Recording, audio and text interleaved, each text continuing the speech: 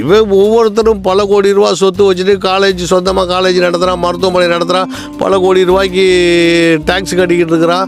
ஒவ்வொருத்தனும் 10 car 5 car வச்சுருக்கிறான். அவனே சொல்கிறான் என்கிட்ட 5 கார் இருக்குது, இருந்தாலும் ஓசி காரில் பொருள் தான் எனக்கு கற்றுங்கிறான். 5 கார் 6 கார் வச்சுருக்காங்கிறான். பொண்டாட்டியே 4க்கு மேலே வச்சுருக்காங்க. ஒவ்வொருத்தர் 2 பொண்டாட்டி 3 பொண்டாட்டி வச்சுருக்கான். கார் எத்தனை வச்சுருப்பான் பார்த்துங்க.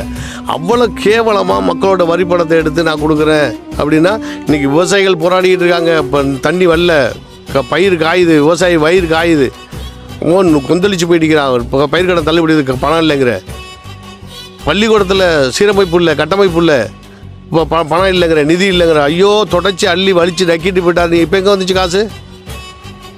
பாட்டிலுக்கு 10 ரூபான்னு பாட்டு பாடினேன், 20 ரூபா வாங்குறேன், 10 ரூபா வாங்குறேன். இப்போ கேட்டாக்கா அது இல்லை, இப்படி உள்ள வாங்கி தான் அவனு, ஒரு வழி இல்லை, அது சரி பண்ணுறோம். என்ன இது? உன்னோட கொள்கை என்ன, கோட்பாடான மாற்றத்துக்கு தானே வாக்களித்தோம்.